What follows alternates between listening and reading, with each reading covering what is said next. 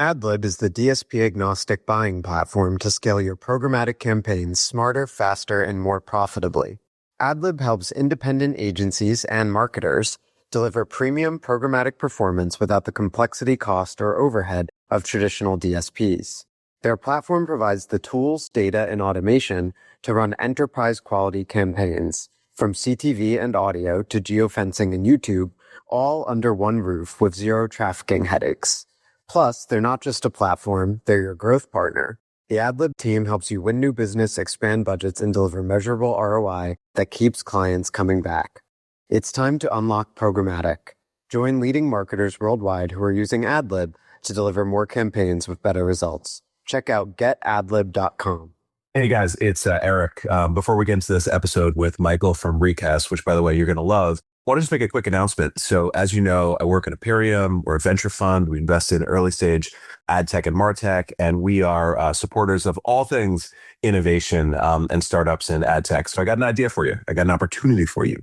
We are partnering with Possible, the event, also a portfolio company in Miami in April on a brand challenge. So if you are a startup, if you are a little bit of a scale up, I encourage you to go to possibleevent.com/2026-brand-challenge, or just type in brand challenge Possible into Google. It'll get you there. And submit. It's going to be an on-stage pitch competition. We're going to have 6 finalists. There's going to be a room full of, hopefully, decision makers and brands and influencers hearing the pitches, and we're going to choose a winner.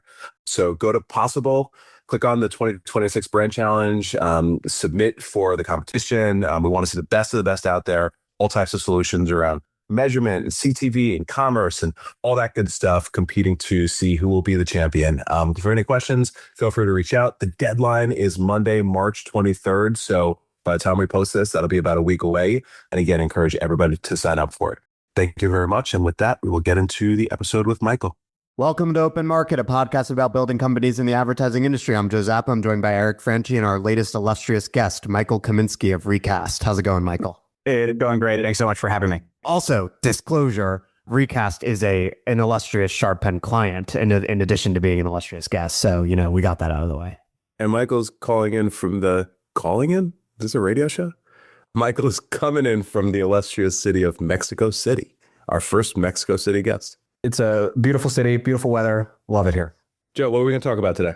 We're going to talk about marketing, measurement, entrepreneurship, and all those other fascinating things. So, Michael, we had an interesting back and forth before the episode where you mentioned that marketing analytics might be an even tougher space to start a company in than ad tech. I think some of our listeners might be struck by that. They might disagree with that. I don't know. But tell us your case for that in the context of starting Recast.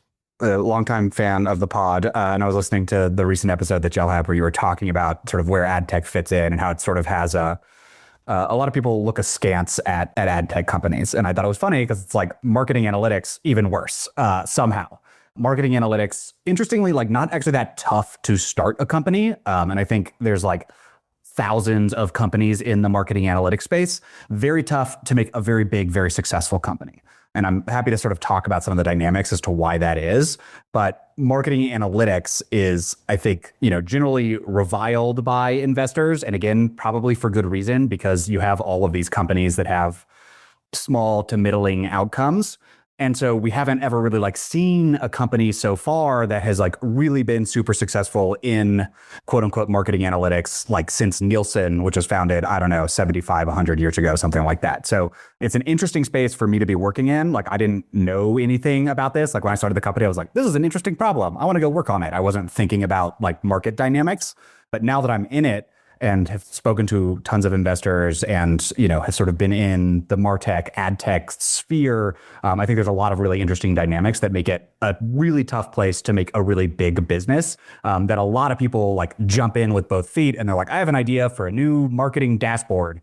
And they don't sort of realize exactly how hard it's going to be or some of the industry dynamics that make it really, really challenging to make a really big successful business. And was part of the reasoning because you were a practitioner and you were looking for these tools and you're like, they're lacking in X, Y, or Z ways? Yeah, that's exactly right. I mean, my background is actually in sort of much more on the academic research side. So I started my career doing environmental economics research and research in like healthcare economics, clinical trial analysis. And so I've always been really interested in like statistics and how to use those statistics to like learn things about the world. And once I started learning about the problems in marketing and marketing measurement, I was like, oh, these are really fascinating, hard problems. It seems like we can do better than what the state of the art is. And so that was sort of just like the path that I started going on and started going down with my co-founder. And they are really fascinating, really hard problems, but that makes it really hard to start a business and really hard to start a successful business. And it's not only technological problems, right? There's also lots of political problems that come along with doing anything in the space of marketing measurement, where, you know, you have a lot of vested interests who have results that they want to see. Often, like, the best technical tool is not the one that wins within an organization. And so that makes it really challenging when you're trying to build a product in the space and you're like, well, we should build the best thing, but the best thing doesn't actually win. And so you have to think about like, okay, how are we actually going to navigate that when you have all of this political machination that surround the idea of marketing measurement and what actually works and what doesn't? I was just like stumped by your, there hasn't been too many successful outcomes in marketing analytics. I was trying to play the historical game to see if Nielsen is the only example, or maybe the largest example. Would you consider Moat was good. Moat was a good one. But again, that's like, I think they sold it for like 500, 600 million. So there's like Moat and market share. A little north of it. Yeah. I think it wasn't. I think it was like 850. So please pay your respects to Joan. Yeah, I don't. Amy's loved out the amazing outcome for that business. Yeah, I don't mean to debate. You just kind of got me thinking. I do think there's a precedence of, you know, some of what used to be called maybe the marketing clouds, right? Like Adobe. I'm not sure. You know, I'd say that was is that marketing analytics? Maybe, I think so. But again, it's like, these aren't these big, like, huge household names. So, right, we don't have Trade Desk. We don't have, you know, AppLovin, right? We don't have these like really huge outcomes. Even the best ones are still sub-billion-dollar outcomes, which, you know, from an investor perspective, just ends up not being that compelling. Yeah, the way I think about it is they've been critical components of some things that have ended up being like incredible outcomes. You might think about maybe whatever Google Analytics, what that acquisition was and what it became and how it became part of the Google stack and the Omniture, the Experience Cloud and everything like that. I think it's a very valuable category, but it's maybe not a category that produces like a canonical standalone winner the way we might think about, to your point, like the TTD and AppLovin. But I think it's a very, very critical, like, important category that, you know, can create, I think, interesting winners together. Anyway, total sidebar since you started talking about outcomes. Look, I mean, I obviously believe that this is like a really important space to be working in, and like, that's why I'm doing it. I've dedicated so many years of my life to it. But I think when you are in this space, you are really fighting an uphill battle, especially if you're looking to go down a venture-backed route, to really make a case for how is this thing actually going to be big. And without being able to plug into some other business, again, I think Recast is going to be that big outcome, right? But I think it's, you know, you have to really take that leap of faith and really be able to say like, hey, look, we're going to do something different than what's come before in order to be able to actually achieve that scale of outcome that we're looking to get. Makes sense. And I think you underscored well with this back and forth, you know, some of the maybe the dynamics that make it a degree harder. Yeah, I mean, and I like talking about this because I've been spending a lot of time thinking about like, why is this so hard? And I think, you know, marketing measurement is and has historically been very political. And when you look at what like a lot of the large size companies in the space, including Nielsen, including, you know, an analytic partners type business, a Kantar, a lot of what they do is consulting. And a lot of what the job is sort of telling people what they want to hear, right? When you think about like a lot of the traditional marketing measurement activity, it's sort of trying to like justify what a company is already doing. And it's really hard to push against that, to say like, hey, look, we're going to show you something that is different from what you already believe or different from what you want to hear. If you're a company that's been spending a lot of money on TV for the last 15 years, you have a lot of vested interest in continuing to do that. And data that shows that TV isn't really performing super well, like, sort of gets rejected out of hand. And that, I think, is one of the core problems with a lot of the players in this space, is that they don't fully appreciate that like political dynamic and how hard like just showing a dashboard that says, hey, this thing is good and this thing is bad, like doesn't actually get you very far because of those vested like political interests that will kill the report or reject it outright without a bunch of like services or consulting on top that helps to smooth the path towards making some change in a business.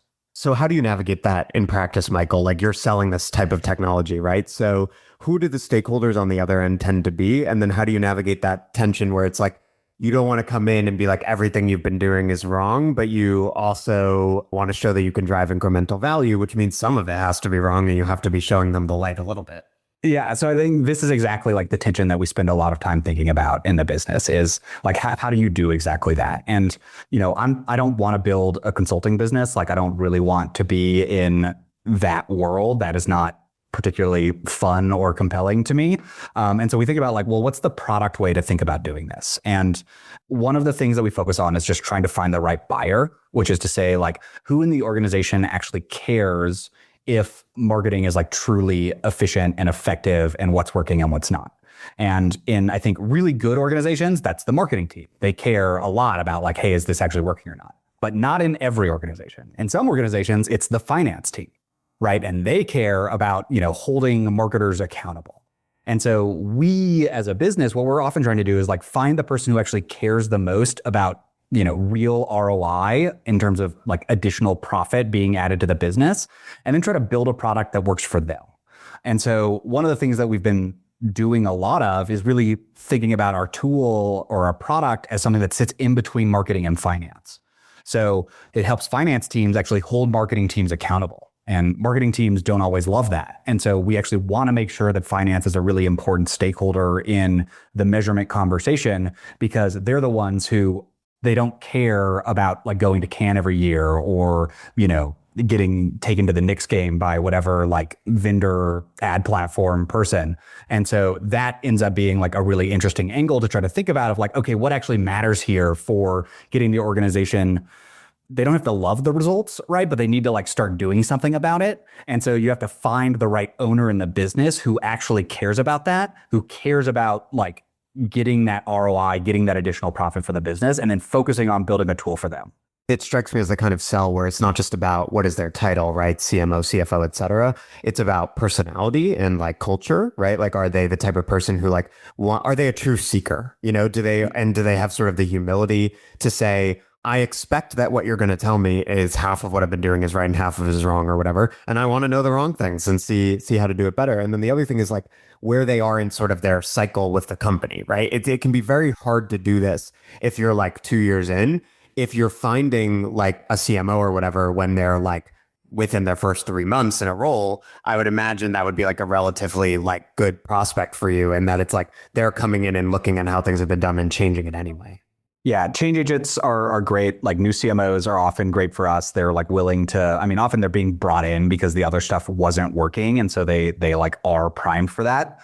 You know, but I will say that like a big part of our sales strategy is like turning people away. Like we have people come in and they're like, you know, it's very clear that they want this sort of relationship that they have with like analytic partners or Kantar, where it's very consulting heavy, very like smoothing over the results. And we're just like, we're not going to do that. That's not like part of our model. Another thing that we think about in the product is, you know, I talk about this a lot, this idea that like interesting insights have no value, right? Like there's like entertainment value of interesting insights, but that's worth like a couple of dollars generally for executives. What actually matters is making a change to what you're going to do. For an insight to actually be valuable, you have to like see it and it has to spur action, something different than what you were going to do anyway, in order for it to create any value for the business. So that, I think, is the lens that we take, and we think about not just providing reporting or a dashboard or some like interesting data, but actually how do you see that through to some change and then evaluate if the change actually worked, right? You have to actually go and make a change to the business in order to get any value from marketing measurement at all. And so I think the really good products in the space, they actually spur that, and they are, you know, good at helping people evaluate, did this change to my marketing plan? Did this change to my advertising strategy actually yield some underlying profitable difference for the business or not? And that ends up being where the focus has to be if you want to create long-term sustainable value for, you know, for clients, for customers, for people who are actually using this tool. So let's talk about that product consulting software people balance, because I think that's something that almost every ad tech and martech company navigates, is that it's not like pure software. Like there's some element of like account management or consulting. So what does that look like for you guys? And then in terms of the truth seeking, it strikes me that that would be a very important thing to inculcate culturally. Like you would need to really get your people to understand, like, no, we're going to tell the client the truth. Like, and sometimes that might be uncomfortable because your instinct might be, how do I paper this over and sort of make it look good and whatever. So yeah, how do you navigate first that balance and then second that cultural problem? Yeah, so this is such an important question. So when I talk about like the history of marketing measurement, one of the things that I point out is that it's generally been filled with snake oil salesmen. One of the fundamental problems of marketing measurement is that there is no truth, right? We don't really know like what the true causal relationship is between any advertising that we do and profit on the other side. There's nowhere that you can go look up and say like, how much revenue did this TV ad truly drive? That question is fundamentally unanswerable. And because we work in an environment where we're trying to answer fundamentally unanswerable questions, it just like attracts a lot of charlatans and snake oil salesmen and people who will sort of make things up because there's no way to like hold them to account. And so that has been a very, very big problem in this industry basically forever. So when my co-founder Tom and I started the business, one of the things that we wrote down as our like core principle is like, we're never going to sell snake oil. We just have to like, by strength of will, never ever do that and build that deeply into our culture. Because once you go down that road and once you start going down that road, it's just a very slippery slope. Like once you lie to the client the first time or you fudge the number the first time, it's a lot easier to do it the second time. And then all of a sudden you're like totally divorced from reality and you end up in this world where, you know, the slide decks are just full of totally made up numbers. And so that's a big part of our culture. And we sort of talk about this idea of never selling snake oil a lot within our company. But from a product perspective, one of the ways that we battle against this is we just say like sunlight is the best disinfectant, right? The best way to prevent people from like fudging the numbers and putting their thumb on the scale is to make all of that stuff very visible. So when someone tries to put their thumb on the scale, it shows up in the platform in a very conspicuous way. When, you know, forecasts are failing, like when they're inaccurate, right? When a forecast isn't actually working very well, we want sirens to be going off so that people can see it. And so we think a lot about when we're building this platform, how do we not only like, you know, provide the most accurate numbers, which is good, but then also what are the guardrails that you put in place that disincentivize mucking around with the numbers to try to tell a certain story? Joe, you were exactly right. You like hit the nail on the head where it is often when you are doing some of the like client facing work, you're incentivized to want to like tell them what they want to hear, right? It's like this meeting that I am like sweating and stressing about is going to go so much easier if I just tell them what they want to hear. But that ends up being a huge problem. And so we want to build the product in such a way where like everyone ends up disincentivized to do that, to just tell people what they want to hear, because they know that like, look, the truth is going to come out and it's going to come out very soon. So it actually doesn't benefit me to like try to fudge the numbers or paper something over in the short term. It strikes me as a interesting project, maybe a fun project for you, Joe. Because again, we said in the beginning, you guys have been working together with Recast as a Sharp Pen client. When you got this download from Michael about like state of the industry, I mean, very sort of like teed up very easily, you know, the enemies and the challenges. What was your thinking in terms of how to wrap this into something that is, you know, like I think interesting and differentiated and like easily kind of pitchable from the top down? Well, I think what makes Recast fascinating from a narrative perspective is that they're actually at odds in a way with where a lot of the industry is heading, right? Like you genuinely go against the grain, right? So like we're in this sort of measurable outcomes era thing. And when I met with, you know, Michael and his team and sort of gave them my understanding of the lay of the land, in some ways they were like, yeah, that's right, in the sense that that's what people are talking about, but we actually want to go the other way. And I was like, great. You know, like a contrarian POV is in many ways better than becoming part of the chorus, right? It's naturally differentiated. And so I think where like Recast is often able to be effective is by doing exactly that. Like you say, yeah, we are in this sort of like outcome zero or whatever, but that leads to poor incentives where people are often selling certainty. And we are the people who defend the truth or defend uncertainty in the name of truth, right? And that is a powerful position from which to operate. Yeah. And just to be clear, like, I think we are so laser focused on outcomes, right? But the one of the enemies that we see is false precision, right? Which is this idea, I think, if you are going to do the best thing for your company as a marketer, as an advertiser, often you have to accept a lot of uncertainty, where there's just like a lot of things that are really powerful, really impactful, really important, and cannot be measured with any amount of precision at all. And I think that, again, there's vendors everywhere who try to sell all of this precision of, oh, we're going to track every eyeball that sees this thing. And it's just like, is that actually getting us closer to the right decision? Or is it just stacking false precision on false precision on false precision? And that is one of the big problems that I see in the industry today, especially in like the marketing measurement outcomes piece. Is outcomes are super important. We should all recognize that, but we also need to accept like the limitations on measuring what actually matters when it comes to like driving true profitable performance over the long term. I relate to it. It's certainly like very related to what I do, because like I do more like upper funnel marketing, right? Like comms stuff. Like tons of people are going to hear this podcast, and at some point they might be, you know, a Sharpen customer, Recast customer, or whatever. We are never going to know the full impact of that. We're never going to be able to connect all of the dots. And so part of being a sophisticated marketer is living in that uncertainty and sort of pricing it in. And I think, you know, that is the ideological position from which you guys build. Yeah, I think that's exactly right. And when I look at like marketing measurement today, again, we do a lot of like brand upper funnel marketing. This podcast counts, like all of the other content that we produce counts. And again, I just know that like it's having an impact and it makes sense for us as a business strategically, but I'm never going to be able to like put a precise ROI on doing these activities. And I think, you know, a lot of marketers, especially that came up in the last 10 or 15 years, like they like got really excited about, you know, the power of attribution to like put an ROI on some specific ad. But I think that ends up leading people astray and sort of missing the forest for the trees.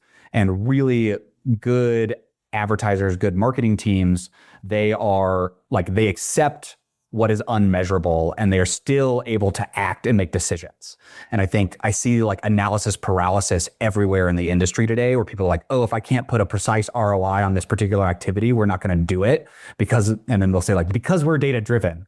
And I'm like, that's not actually being data driven, right? That's analysis paralysis, is being like tethered to your spreadsheet, when really you need to be thinking much more strategically about like what actually is possible. And even when you can't measure things or you can't measure things well, like what is the right long-term decision for the business? Yeah, if you only do what's easily measurable, what's going to show up on your dashboard, then you've decided in advance which channels you're going to use, right? Regardless of how effective any of them are. You've just said these ones are more easily measurable, so they're the right ones, right? Which is not actually necessarily true for your business. To that end, are there common misconceptions you see where when you go into like a company's marketing program, you're like, oh, most companies spend too much on X or Y, maybe because it's easily measurable or for other reasons? I don't know. I mean, we definitely see, or I see a whole mix, but I work with businesses across the full spectrum, you know, Fortune 500, Fortune 100 companies to like much, much, much smaller businesses. And so like the sorts of mistakes that people are making across that range, like they vary really, really widely. And it's hard to say. I think one of the things that I have learned in this business is that every business is different. Every business is different. Every marketing channel is different. And I guess a couple of things that I like to reinforce to people is that just because some marketing channel or some strategy works for your competitor doesn't mean it's going to work for you. And maybe it can work for you, but it's going to require a lot of effort and like learning to make it work.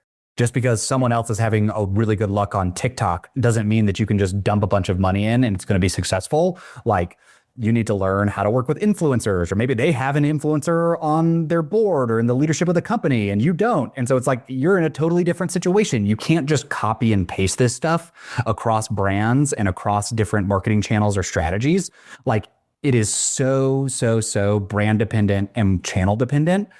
And like execution really matters. Creative quality really matters. Like making YouTube work as a channel is not just like, oh, I'm going to dump a prompt and then plaster this video all over YouTube. No, you have to be much more deliberate about that. And the businesses that are really good, I think they take that into account and they think really hard about the learning strategy and the testing strategy and iterating towards better performance over time, rather than just saying like, oh, the hot new trend is X, and so we're just going to dump a bunch of money there, which basically never works. You mentioned the relationship between the CMO and the CFO. So this is something like adtech and martech CEOs have been talking to me about for a long time. I'm curious how it plays out in practice, by which I mean, like, what do you think that conversation looks like when it's productive? Yeah. So I think when it's productive, it's a conversation about strategy and investment, right? CFOs love to think about investment, risk, and return profile. What is the risk of this investment? What is the time window over which we expect to see the return? How does that look? And how does that fit into our longer term business strategy? And I think marketing, when it's done well, you can convert everything that marketers are doing into something that maps into those buckets, right? We want to build a brand today so that we get, more efficiency and more organic purchases 2 years from now. Here's how much we would need to invest to do that. Here's the risk around that of what happens if it works, what happens if it doesn't work, how might we, think about what that range of potential outcomes is. And then, we can start to think about, hey, what's the net present value of investing in building the brand today versus building a new factory wherever tomorrow. And I think that that's totally reasonable. And I talk to a lot of finance people, and they are sort of dying to have this conversation with their marketing counterparts, where this is the conversation they want to have. They want to support marketing. They know that investing in a brand is good long-term for the business, but they get frustrated when they come into these meetings or, are preparing the board deck, and all they see is the number of impressions that we got last quarter or some change in our brand awareness metric, without actually being able to map that into financial discussions about, hey, what's the payback on this over the long term? And again, I think that, many, many cases, if CMOs go into the conversation, they say hey, look, here's what I believe strategically is going to happen. Here is what this return profile could look like. We're going to be very uncertain about this. It's a big risk, but this is how you can think about the return profile of it. A lot of CFOs will say okay, great, I get it. It's a big risk, but it makes sense as a risk that we are willing to take for a business. The business takes lots of risks across lots of different investments that they're making. It's totally reasonable for marketing to be one of them. But I think that, over the last number of years in a lot of organizations, the CMOs have gotten too divorced from being able to talk about how marketing activity maps into the high level business strategy and how that gets converted into a eventual profitable return over, whatever time period that they're investing in. And I think that you have to be able to have that conversation and have that conversation in an intelligent way in order to be able to operate the business and make the right decisions. We talk about AI. Love AI. Cool. When did you start the business? We started, it depends exactly on when you count. I think we maybe started whiteboarding. My co-founder and I started whiteboarding some ideas about 6 years ago. And then I think we were sort of in market 4.5 years ago, probably, is when we first launched. Got it. Okay. So just before the AI wave started to hit. Yeah. Got it. Okay, cool. So how are you using AI today as an entrepreneur? Maybe in terms of both how you run the business and how you're evolving the product base. Yeah. So I'll say I was late to AI. Obviously, I was reading about it, but I think a year and a half ago, I was everybody was talking about ChatGPT and the different LLMs, and I couldn't find a good use case for it in my work. I write a lot, and I felt like the LLMs weren't the writing wasn't particularly good. I was I would never publish this. Yeah, that's not then for sure. Not then. And then, I was having them do some research for me, but I had all of the problems that everybody has talked about, right? It would hallucinate some things or it would miss some really important things. And so I was nah, this just doesn't I do not have a way to insert this into my work. That sort of changed a lot about 4 or 5 months ago when the coding agents really started exploding and started going from it's sort of like a junior intern to oh, this is actually really good. And so we've got the whole team using coding agents, and obviously that has really increased our pace of development and our ability to explore new features, new products, get them out to market. So that's really exciting. And then what we're really excited about for our business, and we sort of alluded to this at the beginning, where there's like, in the world of measurement, there's a lot of like sort of services and consulting that has to go along with the product. So our business is very much like software product with like light layer of sort of services and consulting on top. And LLM's ability to like take what I call like the worst part of our business, which is the services component, and make that much more efficient is incredibly powerful. It's not like one click, turn it on and it just works. Like there's a lot of work that goes into making the MCP servers work well, building out all of the evals to test that, these things are giving the correct answer to complicated questions consistently. But in the prototypes that we have been exploring right now of those tools, it really does look like it has the potential to like really change the economics of our business and our ability to deliver just like a really, really high quality product at scale in a way that absolutely was not possible even 12 months ago. I think, again, some visionaries maybe saw this coming clearer than I did, but now that we can like really touch it and feel it, it just seems so obvious that this is the way forward. And again, I have people like CMOs who are reaching out to us and they're like, hey, I want to get early access to the MCP server, because it's like the CMO is running Claude code. Like that is wild, right? If you think about how much the world is changing where the CMOs are running Claude code, like it's just the way that you can build products, the types of products that you can build now are so different than, again, what was possible 6 or 9 months ago. And so it's like a really exciting time to be in this business. But, I'm also spending a lot of time thinking about like what's actually defensible, right? If I can launch a new product myself in, with a month of Claude code, anybody can. And so how do you make products defensible, right? What is the like core part of the product that actually is not something that can be like slopped by all of your competitors in 2 weeks if you have something that's reasonably popular? And so I don't have any answers there, but we had a long debate internally with our leadership team the other week about like, okay, how do we think about this? What is the defensible parts? How do you build defensible products when like the software engineering cost goes to zero? So I don't know. It's like a terrifying, but also a really fun time to be an entrepreneur and a product builder.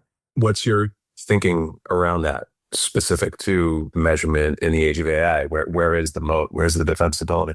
So I think for us, the moat that we have is we have this like core IP that we have developed over the last N number of years around the specific like statistical model that powers our core product. For those of you, so we're in like the marketing mix modeling world. For those of you who aren't in that world, the way that you could think about it is that we have invested a ton of time and effort into developing a world model of how marketing works, right? Trying to think through all of the edge cases of how does TV relate to branded search and how does that drive sales? And that's really complicated once you sort of start getting into all of the details of how all of the pieces come together to go from marketing or advertising to sales at the end of the day. And that core IP that we have developed currently is not replicable via like Claude code. You can't slop code something like that. And so that for us is an interesting like defensible piece of the product that we have today.